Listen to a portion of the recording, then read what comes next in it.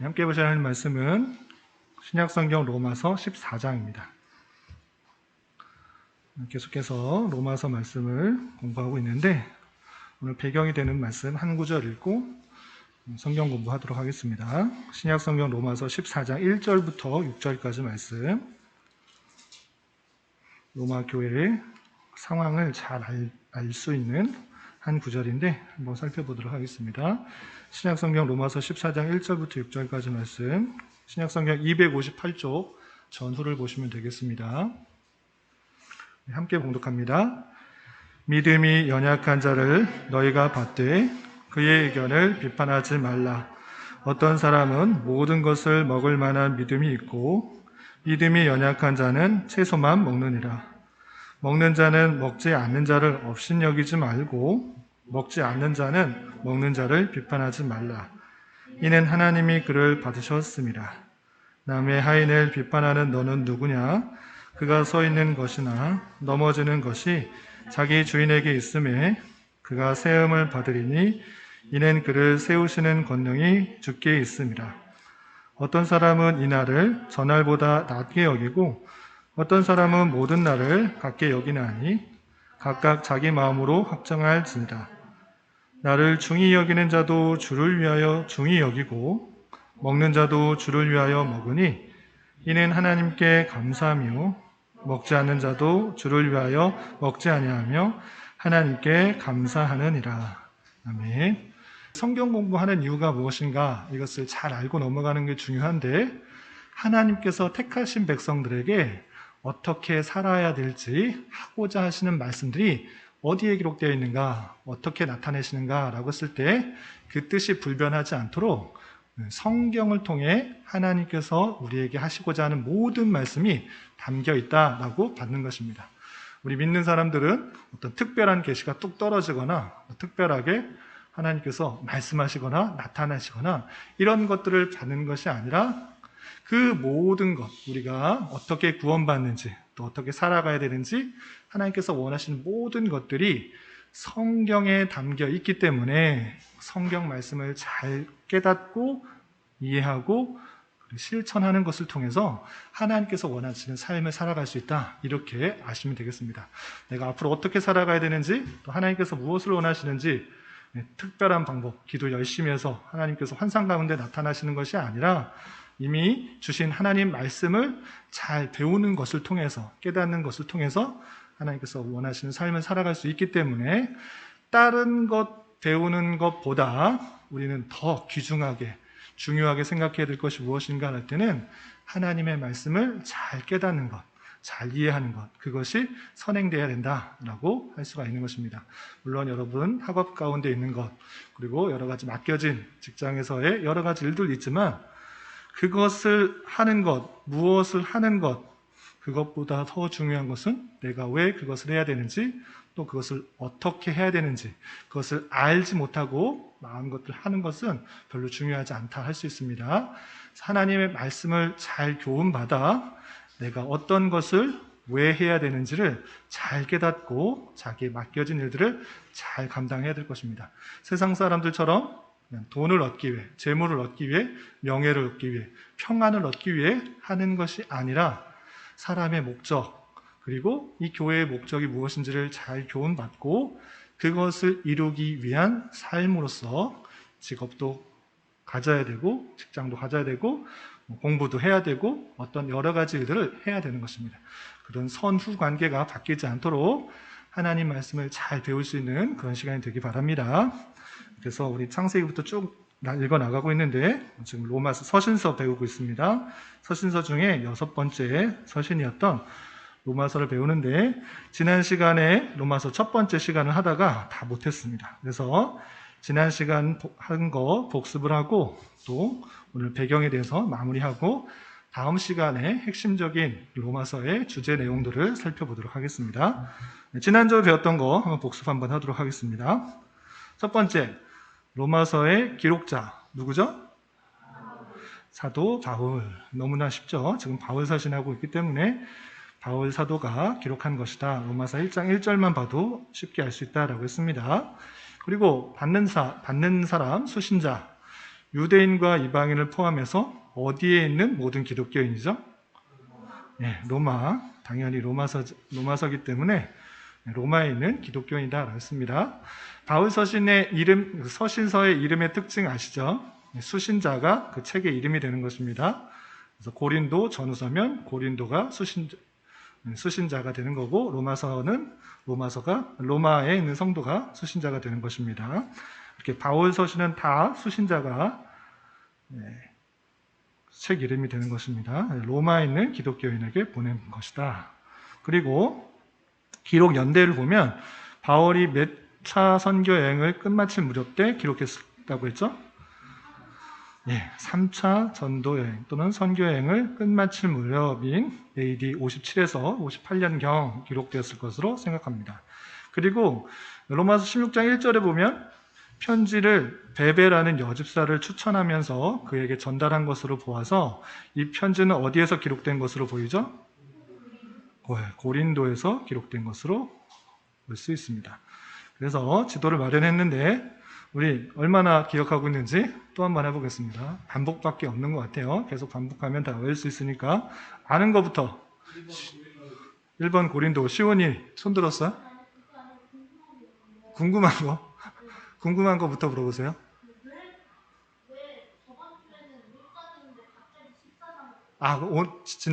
지난 주에는 배경의 첫 번째 수신자하고 발신자를 알 수 있는 1장 1절부터 7절까지 읽었고, 오늘은 로마서의 상황을 잘 알 수 있는 구절인 14장을 읽은 거예요. 이해가 되세요?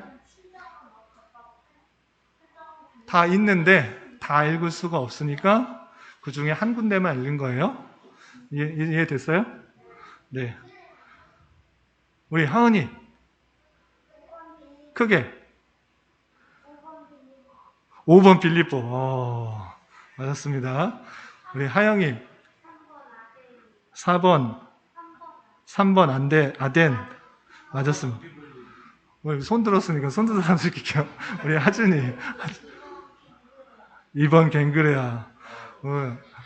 하람이 암비볼리? 시호 데살로니가. 애매하긴 한데. 하은이 돌아가면서 할게요. 하은이 9번 예루살렘. 잘 맞췄습니다. 또 하진이가 먼저 들었어요. 8번 7번 에베소. 맞았습니다. 우리 하람이부터 6번 들어와. 우리 시호가 먼저 들었어요. 10번 로마. 마지막 우리 하진이가 먼저 들은 것 같아요. 8번 안디옥. 맞았습니다. 어느 정도 이제 기억이 다 나세요?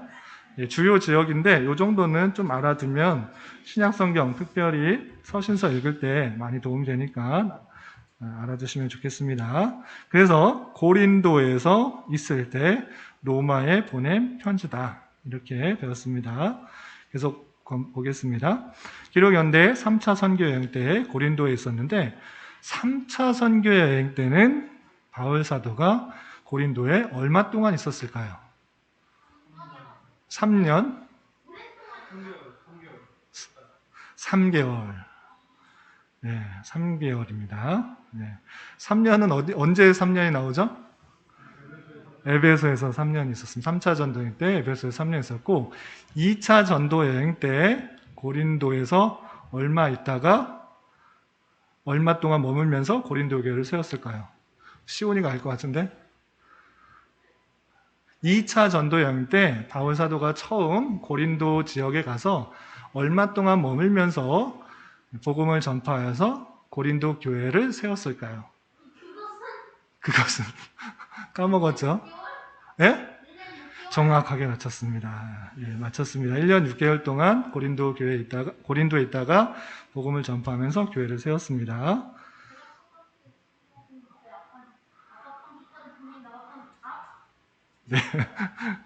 네. 하여튼 3차 전도여행 때는 고린도에 3개월 있었는데 3개월 있으면서 로마에 보내는 편지로 생각할 수가 있습니다. 그리고 기록 배경을 보면 바울이 이 편지를 기록했을 때는 그들이 자신이 해낼 수 있는 한 지중해 동쪽 지역에서 복음 전도의 사역을 거의 어떻게 한 상태였을까요? 시호. 네, 끝마침 거의 다 한 상태였다라고 했습니다. 그리고 이제 그는 눈을 들어 서방으로 지중해 서쪽 지역으로 눈을 돌리고 있었습니다. 그렇지만 그 계획들이 여러 번 어떻게 됐을까요? 네, 막혔다, 실패했다, 계획이 실패했다. 내용 비슷한 뜻인데 가려고 했는데 로마에 계속 가려고 했는데 막혔다라고 그렇게 표현한 구절들이 있었습니다. 보면 로마서 15장 19절부터 22절 보면 19절에 내가 예루살렘으로부터 두루 행하여 일루리곤까지 그리스도의 복음을 편만하게 전하였다. 이렇게 자기가 고백을 하고 있어요. 1차, 2차, 3차 전도여행을 다니면서 나는 이쪽 지역에 편만하게, 균등하게 널리 다 전하였다. 그렇게 말을 하고 있습니다. 그리고 이제 그리스도의 이름을 부르는 곳에 다시 복음을 전하지 않기를 힘썼다. 왜냐하면 남의 터 위에 건축하지 아니하려 함이다. 남이 교회를 세운 곳에 다시 가서 복음을 전하지 않겠다라는 마음을 가졌던 것입니다. 그래서 22절 보면 그러므로 또한 내가 너희에게 가려 하던 것이 여러 번 막혔다라고 했습니다. 동쪽 지역에 있는 지역에 웬만큼 다 편만하게 복음을 전했고 또 다른 데는 다른 사람이 벌써 가서 교회를 세웠기 때문에 그곳에 가지 않으려고 한다. 이제 서쪽 지역에 가서 복음을 전하려고 하는데 여러 번 무슨 일이 있어가지고 막혔다. 이렇게 표현을 하고 있습니다. 그리고 두 번째, 그런데 여러 번 막혔는데 곧바로 로마에 갈 수가 없었어요. 왜냐하면 예루살렘의 가난한 성도를 위해 이방 교회 성도들이 모금한 연보를 예루살렘에 전달해 주기 위해서 곧바로 갈 수가 없었습니다. 그렇다면 어느 교회 성도들의 모금을 한 것을 전달해야 했을까요? 하은이, 마게도냐, 또 맞아요. 마게도냐하고 아가야. 네, 마게도냐의 성도들이 풍성하게 넉넉하게 헌금을 했다라고 고린도 교회에 전달하면서 너희들도 마음에 인색함으로 하지 말고 넉넉하게 해라. 이렇게 해서 마게도냐 사람과 아가야는 고린도와 합쳐진 그런 지역입니다. 그래서 마게도냐와 아가야의 교회 성도들을 헌금을 모금했어요. 왜? 예루살렘 교회 성도들이 너무 가난해서 지금 돈이 필요하다, 헌금이 필요하다 이런 이야기를 했기 때문에 지금 바로 로마에 가고 싶지만 이거 지금 헌금 모은 거 갖다 주고 가야겠다 이렇게 표현하고 있는 것입니다. 그래서 이제는 내가 성도 섬기는 일로 예루살렘에 가야 된다. 왜냐하면 마게도냐와 아가야 사람들이 예루살렘 성도 중 가난한 자들을 위하여 기쁘게 얼마를 연보, 헌금했다. 그래서 저희가 기뻐하였거니와 또한 저희는 그들에게 빚진 자니 만일 이방인들이 그들의 영적인 것을 나누어 가졌으면 육적인 것으로 그들을 섬기는 것이 마땅하다라고 하면서 마게도냐와 아가 사람들이 기쁘게 헌금한 것을 예루살렘에 가서 전달하겠다라고 표현하고 있습니다. 그래서 이 일을 마치고 이 열매를 그들에게 확증한 후에 헌금한 것들을 통해서 열매를 맺고 확증한 후에 너희에게 들렀다가 너희는 로마 교회 성도들입니다. 로마에 들렀다가 서바나로 가리라 라고 하고 있는 것입니다. 그래서 서바나는 어디라고 했죠? 네? 틀렸습니다. 아프리카나의 사바나요? 하라미. 스페인 맞습니다. 스페인 지역으로 가겠다. 그래서 로마를 들렸다가 스페인으로 갈 것이다 라고 여행 계획을 밝히고 있습니다. 그래서 로마로 가는 대신에 바울은 그곳의 성도들로 하여금 편지를 보낸 것입니다. 그래서 무엇을 예비하도록 이 편지를 보냈을까요?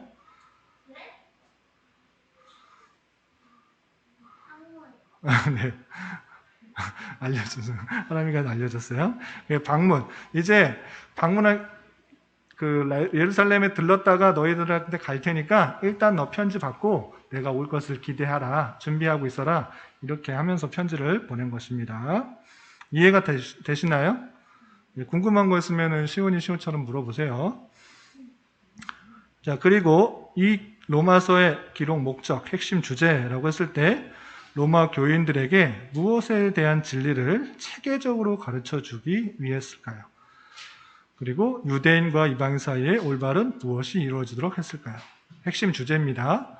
로마서의 가장 많은 부분을 차지하고 있는 내용. 지난주에 있는데 이번 주에는 제가 뺐습니다. 로마인들에게 구원에 관한 진리, 구원을 어떻게 받는 것인지 잘 나와 있는 것이 로마서다라고 말했죠. 그리고 그때 로마 교회에 유대인과 이방인 사이들의 그런 갈등과 오해들이 있었는데 올바른 교제가 이루어지도록 했던 것입니다. 네, 뭐 있어요? 마치려고 했는데 네. 그래서 구원에 관한 진리를 잘 기록한 책이 로마서다라고 이해하시면 됩니다. 그럼 지난번에 한번 말씀드렸는데 이렇게 구원에 관한 진리를 잘 나타낸 서신서 2개가 있다고 그랬는데 그게 뭐예요? 하나미. 예, 맞습니다. 로마서와 갈라디아서가 이신층의 내용을 아주 잘 강조하고 드러내고 있는 그런 책입니다. 그래서 로마의 교회는 체계적으로 그런 구원에 대한 교리, 아주 뛰어난 그런 목회자가 없었기 때문에 구원에 대해서 잘 몰라서 구원이 무엇인지 잘 드러내고 있는 것입니다. 그래서 로마서는 구원에 대한 진리를 아주 체계적으로 자세하게 기록하고 있다. 이렇게 이해하시면 되겠습니다. 그래서 우리가 어떻게 구원받는 것인가 라고 할 때 물론 우리가 지금 읽고 있는 이사야서의 말씀을 읽어서도 이해할 수 있지만 그 내용이 너무 비유가 많고 상징이 많아서 초신자들은 처음 읽는 사람은 이해하기가 힘들어요. 그런데 로마서를 읽으면 어떻게 우리가 구원받는 것인지를 잘 알 수가 있습니다. 그래서 그 내용을 우리가 어떻게 구원받는지 알고 싶으면 로마서나 갈라디아서를 읽으면 됩니다.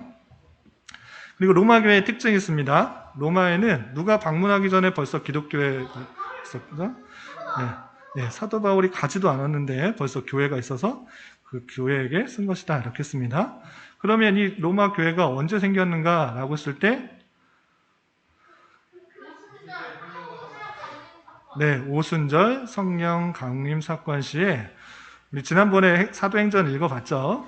많은 사람들이 왔었는데 거기에 로마에서 왔던 사람들도 있었다라는 것들을 알 수 있습니다.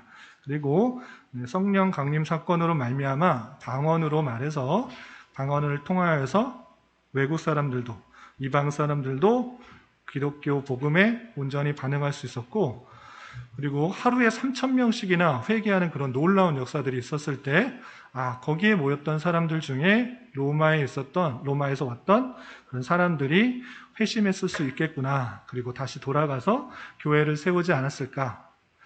그리고 바울들이 3차례 걸쳐서 복음을 전파하는 동안에 거기서 믿었던 사람이 또 로마에 갔을 때 교회에 합류하지 않았을까. 이렇게 추측할 수가 있는 것입니다. 아시겠죠?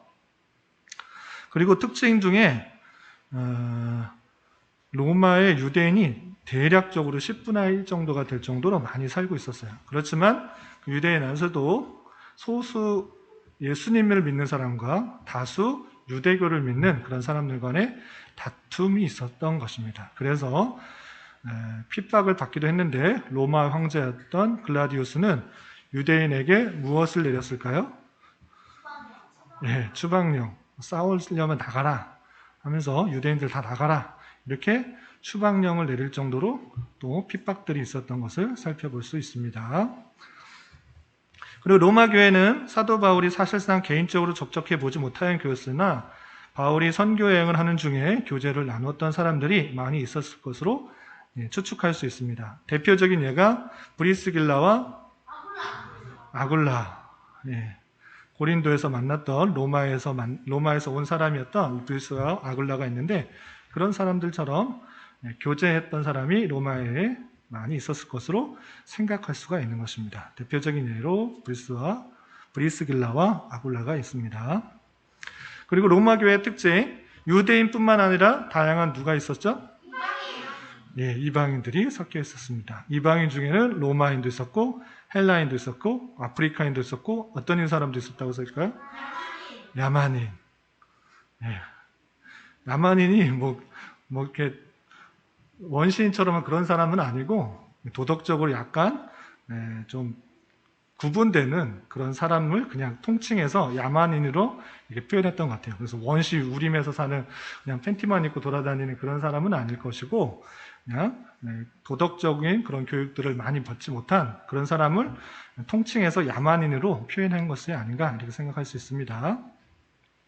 그래서 지난주에 로마서를 쓰게 된 상황 두 가지만 딱 말하고 마쳤는데, 첫 번째, 오해와 갈등이 발생을 했기 때문에, 그리고 바울이 앞으로 로마에 방문할 것이기 때문에 그 계획을 알려주기 위해서 로마서를 쓴 것입니다. 두 가지를 알아두시고, 그러면 어떤 오해와 어떤 갈등이 있었는지 좀 구체적으로 살펴보겠습니다. 오해와 갈등이 생긴 배경을 두 가지로 나눌 수 있는데, 첫 번째는 유대계 그리스도인이 있어요. 유대계 그리스도인이라는 것은 무엇이냐면 혈육적으로 이스라엘 사람, 유대 사람이에요. 그런데 그 사람 중에 예수님에 대해서 복음을 전해 듣고 참다운 그리스도인 된 사람이 있어요. 그런데 그렇지 않고 여전히 유대적인 율법을 꼭 지켜서 구원을 받아야 된다라는 그런 사람들도 있었던 것입니다. 그래서 로마 교회의 대다수를 차지하고 있는 이방인 그리스도들과 갈등을 갖고 있었던 것입니다. 그래서 유대계 그리스도인과 이방인, 아까 로마인도 있었고 헬라인도 있었고 아프리카인도 있었고 야만인 같은 여러 이방인들이 있었는데, 그 이방인들이 다시 그리스도를 믿음으로 기독교회 안에 들어왔는데 그 사람들과 갈등이 있었다라는 것입니다. 또한 그 교회 안에 믿음이 강한 사람도 있었고 아직 믿음이 강하지 못한 사람들이 함께 섞여 있었어요.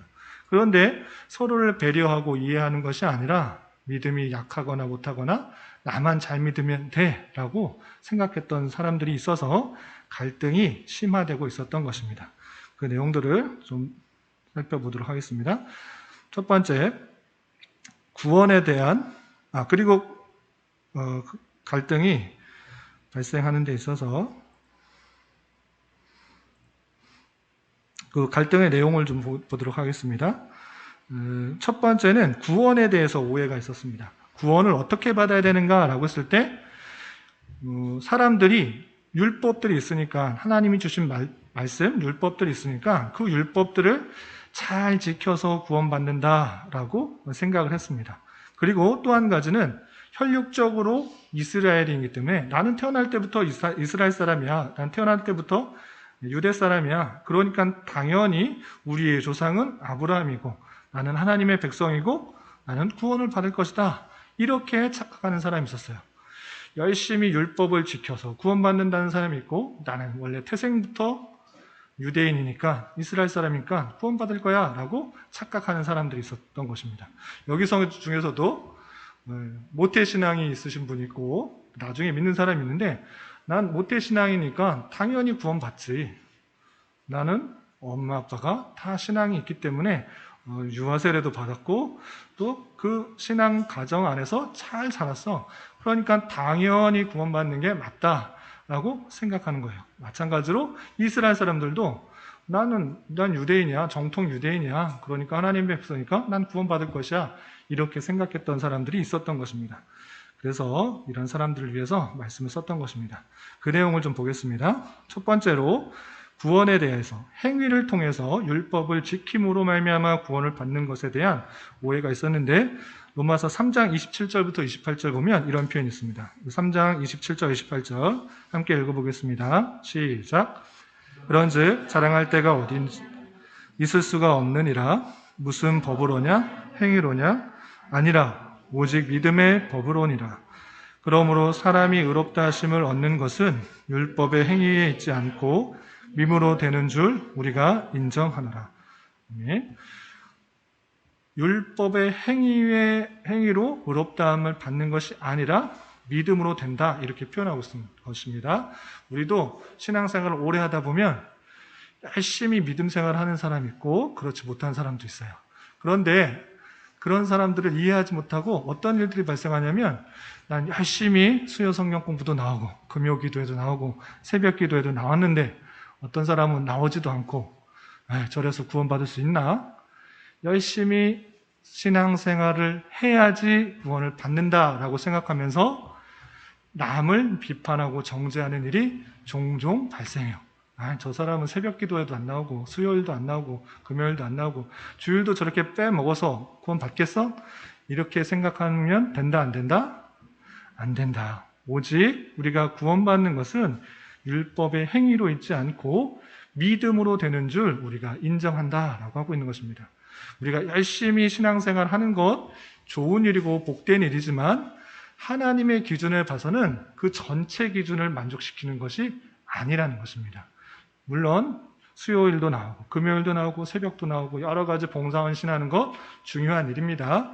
그렇지만 그 모든 것, 하나님께서 주시는 것, 이웃을 사랑하고 이웃의 재산을 보호하고 또 하나님께서 원하시는 모든 것을 다 지킬 수 있느냐?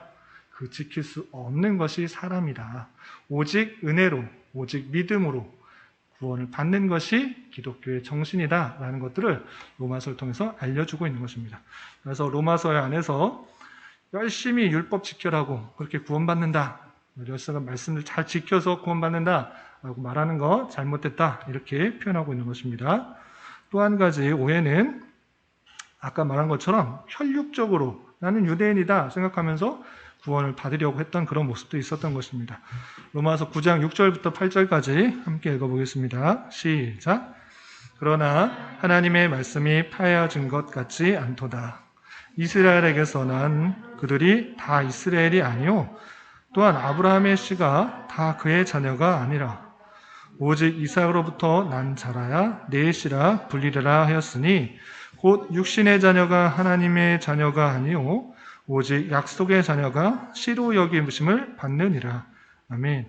혈육적으로 난 아브라함의 씨다 또는 이삭의 씨다, 난 정통 유대인이다, 난 이스라엘 사람이다, 그러니까 나는 하나님의 자녀다라고 생각해야 된다, 아니다?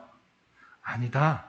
육신의 자녀가 하나님의 자녀가 아니요 오직 약속의 자녀, 하나님의 언약 안에 있는 자녀가 참으로 하나님의 씨, 하나님의 자녀라가 일컬음을 받는다라고 말해주고 있는 것입니다. 그래서 부모님이 아무리 좋은 신앙을 가지고 있다라도 모태신앙이다, 나 모태신앙에서 자랐다라고 하더라도 꼭 그들이 구원받는 것이 아닐 수도 있다, 이렇게 표현하고 있는 것입니다.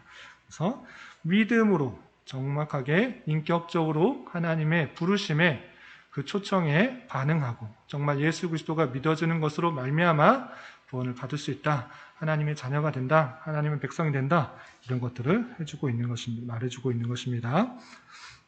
그리고 또 하나의 오해가 있었는데 세례에 대한 오해가 있었습니다. 세례를 받았지만 세례를 왜 받았는지, 그 뜻하는 것이 무엇인지 모르는 사람이 많이 있었습니다. 그것이 로마서 6장 3절 이하에 잘 나와 있는데 3절, 4절 말씀을 함께 읽어보겠습니다. 시작. 무릇 그리스도 예수와 합하여 세례를 받은 우리는 그의 죽으심과 합하여 세례를 받은 줄을 알지 못하느냐. 그러므로 우리가 그의 죽으심과 합하여 세례를 받음으로 그와 함께 장사되었나니 이는 아버지의 영광으로 말미암아 그리스도를 죽은 자 가운데서 살리심과 같이 우리로 또한 새 생명 가운데서 행하게 하려 함이라. 아멘. 여기 표현해 보면 예수와 합하여 세례를 받은 우리 세례 받았지 않았냐? 그런데 그게 무슨 뜻인지도 저는 모르느냐? 우리가 세례 받은 것은 그의 죽으심과 연합한 것, 그리고 그가 부활하신 것, 우리도 부활하는 그것이다 라고 표현하고 있는 것입니다. 우리가 예수님을 믿음으로 말미암아 어떻게 되냐면 연합이 되는 것입니다. 신비적 연합이라고 합니다. 어떻게 예수님하고 우리가 연합이 될 수가, 하나가 될 수가 있습니까? 그런데 연합됐다고 말씀을 표현하고 있어요. 그래서 우리가 믿음으로 예수 그리스도를 고백할 때 주님과 연합했기 때문에 주님께서 우리를 위하여 죽으신 것, 우리가 함께 죽은 것이고 다시 부활하신 것, 그것도 함께 부활하게 되는 것이다, 참여하는 것이다. 그것을 알지 못하느냐, 이렇게 표현하고 있는 것입니다.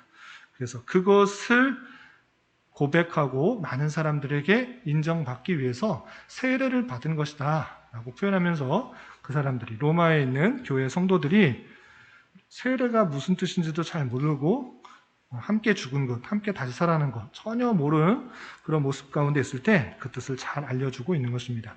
여기 유아 세례를 받은 친구들이 다죠. 그리고 그 내용을 가지고 이제 자신이 믿음을 고백할 수 있는 14세, 우리나라 나이로 14살이 되면 입교라는 것을 합니다. 그건 자신이 믿음을 고백할 수 있는 나이가 되었기 때문에 그것에 따라서 유아 세례를 자신의 신앙으로 인치는 입교라는 것을 하게 됩니다. 입교할 때 그냥 나이가 되었으니까 하는 것, 이것이 아니라 무슨 뜻인지, 무슨 의미인지 만인 앞에 내가 다시 태어났다는 것들을 고백할 수 있는 그런 신앙이 되어야 되는 것입니다. 보니까 우리 교회 안에도 세교들이 오시고 물어보면 세례를 받으셨습니까? 이렇게 물어보면 받은 것 같기도 하고 안 받은 것 같기도 하고 잘 모르시는 분이 있어요. 그런 분들은 안 받을 가능성이 좀 많습니다. 왜 그렇습니까? 그것을 확실하게 알게 하기 위해서 14세 정도 되는 그런 나이에 학습과 세례를 주는 것입니다. 어릴 때 하면 우리 하진이, 하원이, 시온이 이 정도 나이 하면 나중에 20년이 지나고 30년이 지나면 내가 세례를 받았나 안 받았나 아리송할 수가 있어요. 그런데 14살 정도 되면, 아주 정확한 기준은 아니지만 우리나라 교회에서 그 정도로 정했습니다. 14살 정도 되면 내가 믿음으로 고백해서 세례를 받았는지 안 받았는지 확실히 기억할 수 있는 나이가 되기 때문에 그 정도로 정한 것입니다. 그래서 빨리 받고 싶을 사람도 있겠지만 나중에 내가 받았는지 안 받았는지, 누구한테 받았는지, 어느 교회에서 받았는지 전혀 기억하지 못하는 것이 아니라 그 의미도 잘 생각하고 뜻도 잘 생각하고 많은 사람들 앞에서 내가 다시 주님 안에서 다시 태어나고 다시 살아났다라는 것들을, 중생했다라는 것들을 고백할 수 있는 그런 나이일 때에 이렇게 세례와 입교를 받을 수 있어야 되는 것입니다. 네, 질문 있으세요? 네. 군대에서 세례 받는 것. 네. 군대에서 세례 받는 경우가 많죠. 세례 받는 사람 보면 한 번 받는 게 아니고 어렸을 때 받았는데 또 받는 경우도 있고, 종파 돌아다니면서 세례를 받고 영세 받고 또 불교에서 수계 받고 막 이렇게 하는 경우가 있는데, 한편으로 세례를 주는 것에 대해서 이해 못하는 바는 아닙니다. 왜냐하면 한번 세례를 받거나 그런 것을 통해서 교회에 오게 하면 나중에 내가 세례 받았던 사람인데 라고 하면서 그나마 조금 더 복음에 대해서 교회 안에 들어올 가능성이 높아진다는 측면에 있어서 그것들을 시도합니다. 그렇지만 그게 정말 세례를 받음으로 구원을 받을 수 있는 것인가? 그런 것은 또 다른 문제이기 때문에 세례는 확실하게 자신의 믿음을 점검하고 교육하고 깨닫게 하여서 많은 사람들 앞에 내가 정말 세례 교인이라는 것들을 알릴 수 있는 자세로서 이렇게 합동 세례를 주는 것이 좋기 때문에 우리 입장에서는 조금 조심스럽게 생각하는 게 좋지 않을까 생각을 합니다. 그렇지만 그런 것을 통해서 또는 영접기도, 노방전도 등등의 다양한 방편을 통해서 전도의 측면에서 하려는 것들을 함부로 비판하기는 좀 어렵지만 다른 입장에서는, 다른 신학적 견해에서는 그런 것을 통해서 또 영접시키고 또 결단시키고 하는 한 방편으로 서기 때문에 우리 입장에서는 좀 조심스럽지만 이해하는 쪽에서 우리는 받아들여야 되지 않을까 이렇게 생각합니다. 되셨나요? 네, 넘어가겠습니다. 또 율법에 대해서 오해하는 것도 있었습니다. 오늘 읽었던 그런 부분인데 율법을 문자적으로 이해해서 음식을 섭취하는 일과 나를 지키는 일, 뭐 여러 가지 절기들이 있습니다. 그런 절기들, 또 안식일을 지키는 일들에 대해서 어떻게 지켜야 되는지 혼동하는 그런 사람들이 있었습니다. 그런 사람들의 모습을 읽어보겠습니다. 로마서 14장 1절, 2절과 5절 말씀 스크린을 보고 함께 읽어보겠습니다. 시작. 믿음이 연약한 자를 너희가 받되 그의 의견을 비판하지 말라. 어떤 사람은 모든 것을 먹을 만한 믿음이 있고 믿음이 연약한 자는 채소만 먹느니라. 어떤 사람은 이 날을 전날보다 낮게 여기고 어떤 사람은 모든 날을 같게 여기나니 각각 자기 마음으로 확정할지니라. 아멘. 율법에 오해되는 것만 배우겠습니다. 다음 시간에 정확한 해결책이나 그 권면의 내용들은 살펴보고 갈등이 있었던 내용들만 보겠습니다. 어떠한 갈등이 있었냐면 믿음이 연약한 자가 있고 강한 자가 있습니다. 네, 믿음이 연약한 사람은 채소만 먹고 믿음이 강한 사람은 고기를 먹습니다. 좀 바뀐 것 같지 않아요? 믿음이 강하면 채소만 먹어야 되고 믿음이 약한 사람은 아무거나 먹으면 되지 이렇게 할 것 같은데 성경은 그렇게 표현하지 않았어요. 오히려 믿음이 강한 자는 아무거나 먹는다. 고기도 먹을 수 있고 우상의 제물도 먹을 수 있고 채소도 먹을 수 있다. 그렇지만 믿음이 연약한 자는 내가 죄가 될까 봐 어떻게 우상 제물을 먹어? 어떻게 우상 제물의 신전에 드렸던 고기를 먹을 수 있는가 생각하면서 채소만 먹는다라고 하는 거예요. 그래서 믿음이 연약한 자는 채소만 먹고 믿음이 강한 자는 뭐 아무 제물이나 아무 것이나 고기까지 다 먹는데 그 사람들 가운데 갈등이 있었던 것입니다. 그럼 어떻게 되는가? 그 내용은 다음 주에 더 자세하게 살펴보겠습니다. 그리고 어떤 사람도 있었냐면 어떤 사람은 이날을 전날보다 더 낮게 여겨요. 주일, 안식일을 지켜야지 또는 주일을 지켜야지 또는 절기를 지켜야지 여러 가지 절기들이 있는데 그거 왜 안 지키냐?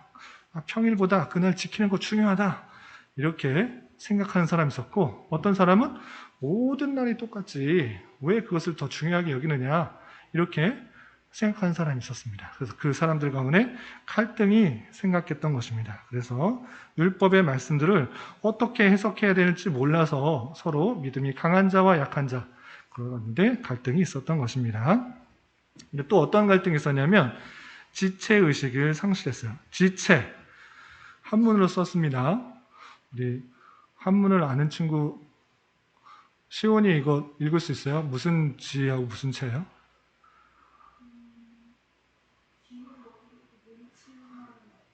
네.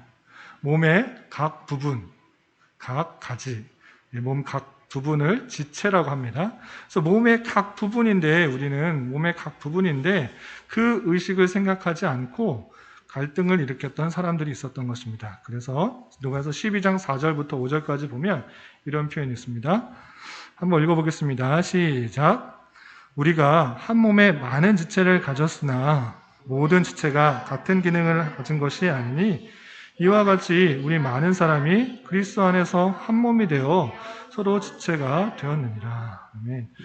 예, 우리 몸에도 손에 일을 하는 부분이 있고 발에 일을 하는 기능이 있고 각각 다 다른 일을 하는 것인데 다른 일을 한다고 해서 다른 모습을 갖고 있다고 해서 저 사람 왜 이렇게 손의 일만 하느냐 발의 일만 하느냐 어떤 일만 하느냐 이렇게 비판하고 갈등을 갖고 있었다는 것입니다.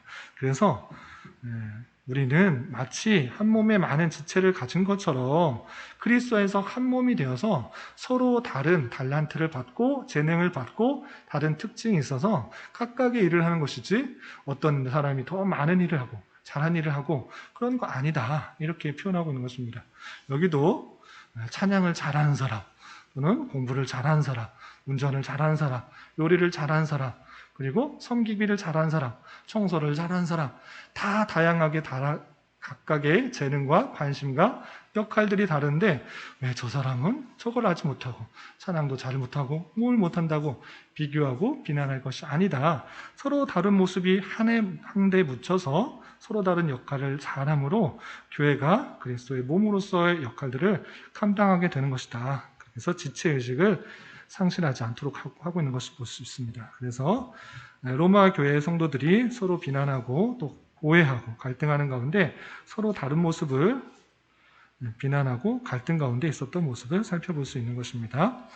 그리고 12장 이하에 보면 삶의 목적과 인식, 삶을 왜 살아가야 되는지, 어떻게 살아가야 되는지 믿는 자로서 의인으로 그리스도를 믿음으로 의인이 된 자로서 어떤 삶을 살아가야 되는지, 어떻게 살아가야 되는지, 왜 이러한 삶을 살아가야 되는지 전혀 구체적인 대안이 없고 지식이 없었던 모습들이 있었던 것을 볼 수 있습니다. 그 내용을 좀 보겠습니다.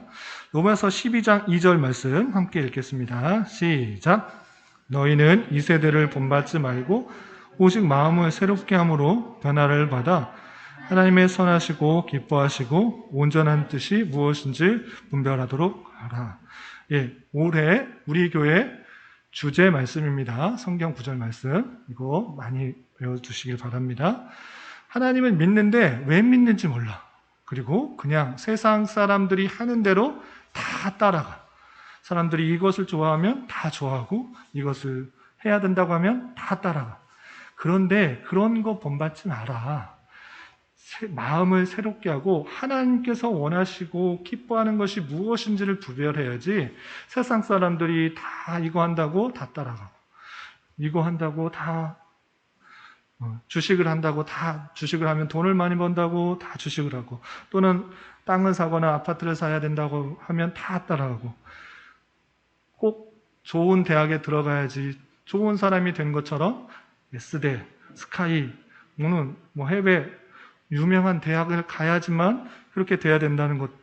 그런 세상 사람들이 하는 얘기 다 따라하지 말고 정말 왜 그런 것을 해야 되는지 하나님의 뜻이 무엇인지 하나님께서 기뻐하시는 것이 무엇인지를 좀 분별해라. 로마 사람들아 세상 사람들이 하는 대로 다 본받지 말고 따라하지 말고 새롭게 마음을 고쳐서 하나님의 자녀답게 하나님의 백성답게 이 세상에 살면서 하나님께서 원하시는 것들이 무엇인지를 잘 분별하고 그 뜻이 무엇인지 깨달아 그것을 순종하다 이렇게 표현하고 있는 것입니다.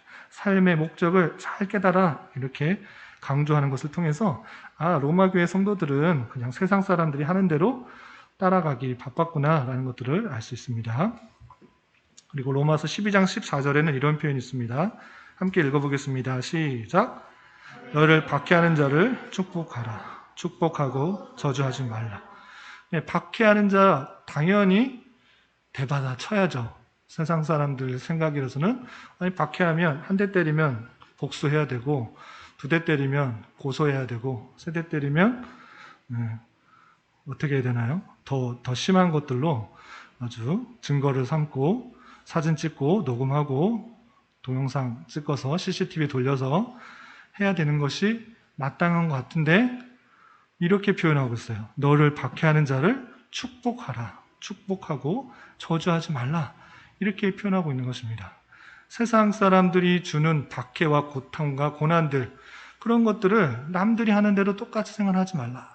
그것조차도 하나님께서 택하신 백성을 훈련시키고 연단시키고 깨닫게 하시는 방편일 줄을 알아라 라고 표현하고 있는 것입니다.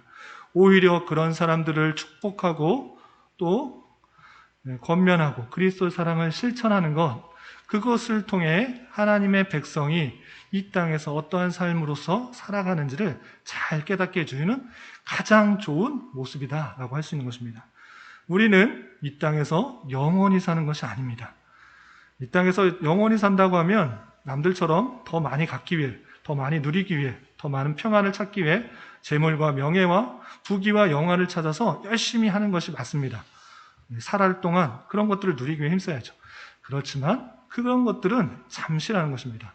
우리가 1년을 살아갈지, 5년을 살아갈지, 10년을 살아갈지, 100년을 살아갈지 모르지만 그 수한 내에 하나님께서 원하시는 것들을 잘 훈련하여서 이 땅에서의 사는 삶의 모습이 아니라 천국을 소유한 사람처럼 살아가는 것을 통해 믿지 않는 자들이 믿는 자들의 삶의 모습은 다르다는 것들을 깨달아 알아야 될 것입니다.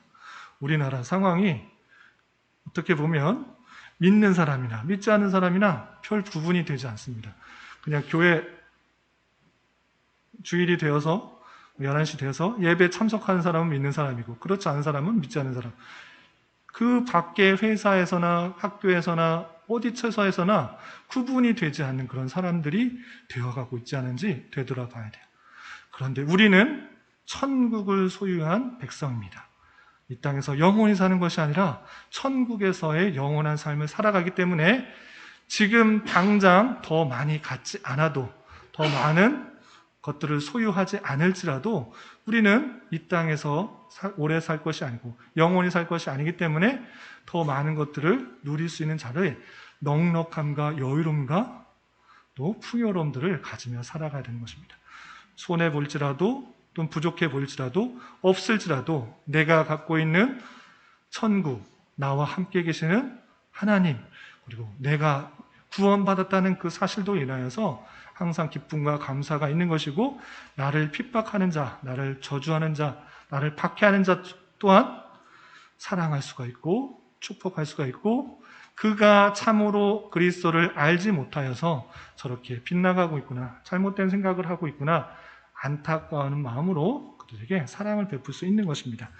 그러한 삶을 살아라 라고 교훈하고 있는 것입니다. 또 로마서 13장 1절부터 2절에는 이 세상 사람들에 대해서 어떻게 생각해야 되는지 이런 표현도 있습니다. 로마서 13장 1절 2절 말씀 함께 봉독하겠습니다. 시작. 각 사람은 위에 있는 권세들에게 복종하라. 권세는 하나님으로부터 나지 않음이 없나니 모든 권세는 다 하나님께서 정하신 바라. 그러므로 권세를 거스르는 자는 하나님의 명을 거스름이니 거스르는 자들은 심판을 자취하리라. 아멘. 위에 있는 권세들에게 복종하라 라고 하고 있습니다. 모든 권세는 하나님께서 정하신 바다. 그렇기 때문에 위에서 주는 그런 모든 명령에 순종하는 자가 되어야 된다라고 하는 것입니다. 그래서 하나님께서 이 정부를 사용하십니다. 비록 그 정부가 악한 모습이 있을지라도 이 나라를 우리가 삶을 살아가는 외적인 환경들을 조성하기 위해서 그 권세를 믿지 않는 사람조차 사용하신다라는 것입니다. 이때 로마에 있는 교회 성도들, 로마의 황제가 믿는 사람들은 잘 대우해 줬습니까? 교회 잘 모일 수 있도록 부추겨 줬습니까? 아니면 핍박하고 추방했습니까? 아까 보셨듯이 추방하고 핍박하고 탄압했습니다. 그럼에도 불구하고 위에 있는 권세들에게 복종하라 라고 표현하고 있어요. 그 로마에 있는 성도들만 복종하고 우리는 복종하지 말아야 된다 이런 것이 아닙니다. 모든 것이 하나님께서 주신 권세이기 때문에 그 권세에 복종하여서 비록 부정하고 불의한 것들이 있어 보일지라도 그들 위해서 기도하고 올바른 기도로 나아갈 수 있도록 애쓰는 것은 맞지만 그 모든 결정들에 대해서 순종하는 것이 마땅한 자세인 것입니다. 그래서 그들이 올바로 판단하고 정치할 수 있도록 바른 길로 갈 수 있도록 기도해야 되고 개인적으로 또한 바른 내용들을 표현할 수 있도록 행하는 것이 마땅한 것입니다. 그래서 위에 있는 권세는 위정자들, 정치들만 포함하는 것이 아닙니다. 모든 권세를 표하는 것입니다. 바로 위에 있는 상사나 바로 위에 있는 형이나 바로 위에 있는 형들이나 누나나 언니나 그 모든 것들이 먼저 태어났다고 하면 하나님께서 그에 따른 권세를 주신 것입니다. 그래서 그 권세에 다 복종할 수 있는 자가 되어야 되는 것입니다. 그런데 이 위에 있는 권세에 복종하지 않아도 되는, 복종하지 않을 수 있는 권리가 있다고 했습니다. 어떤 것이죠? 하나님을 믿는 것, 하나님을 신앙하는 것, 하나님을 섬기는 것과 관련하여서 그것들을 방해하는 것은 목숨을 걸고 지키고 불복종해야 되는 것입니다. 이 권세는 세상의 권세들을 다스리라고 했지 하나님을 믿는 것을 좌우하도록 하지 않는 것입니다. 그래서 믿지 않는 사람들의 그런 권세들에 의해서 하나님을 섬기는 데 방해가 되는 것까지 복종하는 것은 아니고 그것은 잘못된 권세를 누리는 것이고 요구하는 것이기 때문에 강하게 거부해야 되는 것입니다. 그리고 그것이 목숨까지 요구하는 것이라고 하면 기꺼운 마음으로 목숨을 다해서 순교의 정신으로 하나님을 섬기는 그 내용들을 지키는 것이 마땅한 것입니다. 예, 하다 보니까 거의 상황과 결과까지 다 말하게 되는데, 다음 시간에 짧게 끝날 수도 있을 것 같습니다. 그리고 이제 두 번째는 로마 방문을 하겠다라는 계획을 15장에 잘 겹쳐서 설명하고 있습니다. 아까 설명했지만 다시 한번 보고 마무리하겠습니다. 로마서 15장 22절 함께 읽겠습니다. 시작. 그러므로 또한 내가 너희에게 가려 하던 것이 여러 번 막혔더니, 로마에 가려고 여러 번 했는데 막혔다고 말을 하고 있습니다. 그리고 이제 로마의 방문 계획을 잘 전달하는데, 첫 번째, 이 지방에서, 그러니까 지중해 동쪽편, 그 동쪽편에 일할 곳이 이제 없고, 여러 해 전부터 서바나 스페인으로 가려고 했는데, 스페인으로 갈 때 거기 지나게 되는 것이죠. 스페인과 이쪽 고린도 사이에 있는 로마에 들렸다가 서바나로 가려고 하는 것이다. 그리고 먼저 너희와 사귐으로 기쁨을 가진 후에 너희가 그리로 보내주기를 바란다 라고 표현하고 있습니다. 그러니까 로마에서 사귐을 잘 가져서 처음 보는 성도들이지만 서로 주 안에서 교제되어서 한 형제자매를 된 것들을 잘 누리고 너희가 그리로 보내주기 바란다 라는 뜻은 재정적인 지원, 후원을 통해서 또 기도를 통해서 스페인으로 서바나로 갈 때 도움을 주길 바란다. 서로 친한 교제를 가지고 너희가 이렇게 나를 서바나에 파송해 주기를 바란다. 이렇게 표현하고 있는 것입니다. 그 내용이 로마서 15장 23절 24절에 있는데 함께 읽어보겠습니다. 시작. 이제는 이 지방에 일할 곳이 없고 또 여러 해 전부터 언제든지 서바나로 갈 때 너희에게 가기를 바라고 있었으니 이는 지나가는 길에 너희를 보고 먼저 너희와 사귐으로 얼마간 기쁨을 가진 후에 너희가 그리로 보내주기를 바랍니다. 이제 로마에 이제 들렀다가 갈 텐데 너희가 잘 보내줘라. 사귐을 가지고 기쁨을 가지고 이제 너희가 그리로 보내주라. 이렇게 표현하고 있는 것입니다.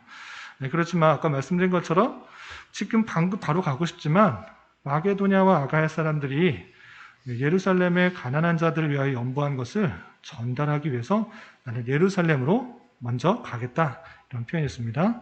25절, 26절 다시 한번 읽어보겠습니다. 시작.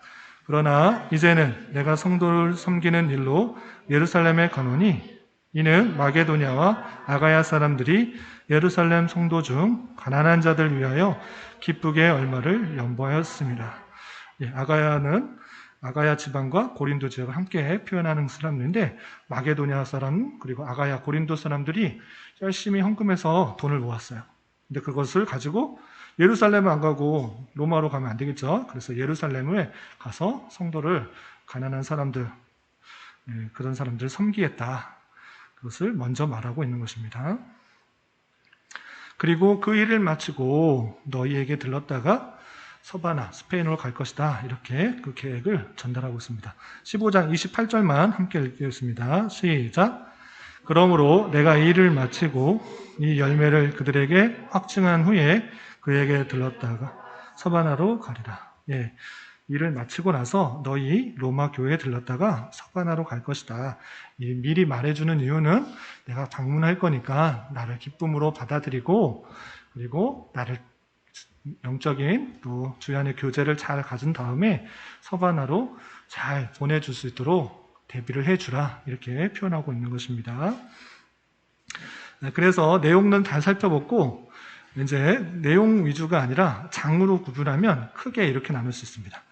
아주 두 부분으로만 나누면 1장부터 12장까지는 좀 이론적인 구원을 어떻게 받는 것인지, 하나님의 의가 어떻게 드러나서 구원을 받는지, 그리고 12장부터 마지막 16장까지, 제가 11장이라고 했나요? 아까 12장을 했는데 1장부터 11장까지는 하나님의 의, 구원받는 방편에 대해서 자세하게 설명하고 있고, 또 12장부터 마지막 16장까지는 구원받은 삶으로서 의롭다 칭함을 받은 의인으로서 어떠한 삶을 살아가야 되는지 두 부분으로 나눌 수 있습니다. 크게 나누면 그렇고요. 조금 세부적으로 나누면 인사와 인사, 처음에 첫 인사, 그리고 끝날 때 방문 계획과 문안 인사, 이것을 나누고 핵심적인 내용, 가장 큰 부분을 찾은 것은 어떻게 하나님의 의가 드러났는지 1장 18절부터 11절까지, 그리고 그렇게 의를 받은 자로서 칭의된 사람으로서 세상에서, 교회에서, 권세에 대한, 또 이웃에 대한, 시간에 대해서, 약자에 대해서 어떻게 살아가야 되는지 의인으로서의 삶을 잘 표현해주고 있는 것이 로마서다, 이렇게 이해하시면 되겠습니다. 그 핵심적인 내용들을 다음 시간에 마지막에 정리하고 로마서를 마무리하도록 하겠습니다. 혹시 로마서의 배경과 상황과 관련해서 궁금하신 거 있으시면 질문하시기 바랍니다. 네. 네.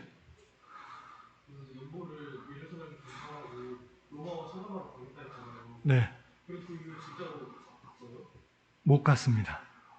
아쉽게도 그 계획은 말했지만 3차 전도 여행에 가는 도중에 많은 핍박과 탄압을 받았고, 우리 시온은 기억하려는지 모르겠는데 3차 전도 여행이 끝나면서 사도 바울은 자신의 죽음이 얼마 남지 않다, 붙잡히게 되어서 많은 핍박을 받게 될 거라는 것을 짐작하게 되었습니다. 그래서 바로 고린도에서 배 타고 예루살렘에 가지 못하고 나를 죽일 사람이 있다는 것을 깨닫고 육로로 해서 다시 돌아가는 계획을 했습니다.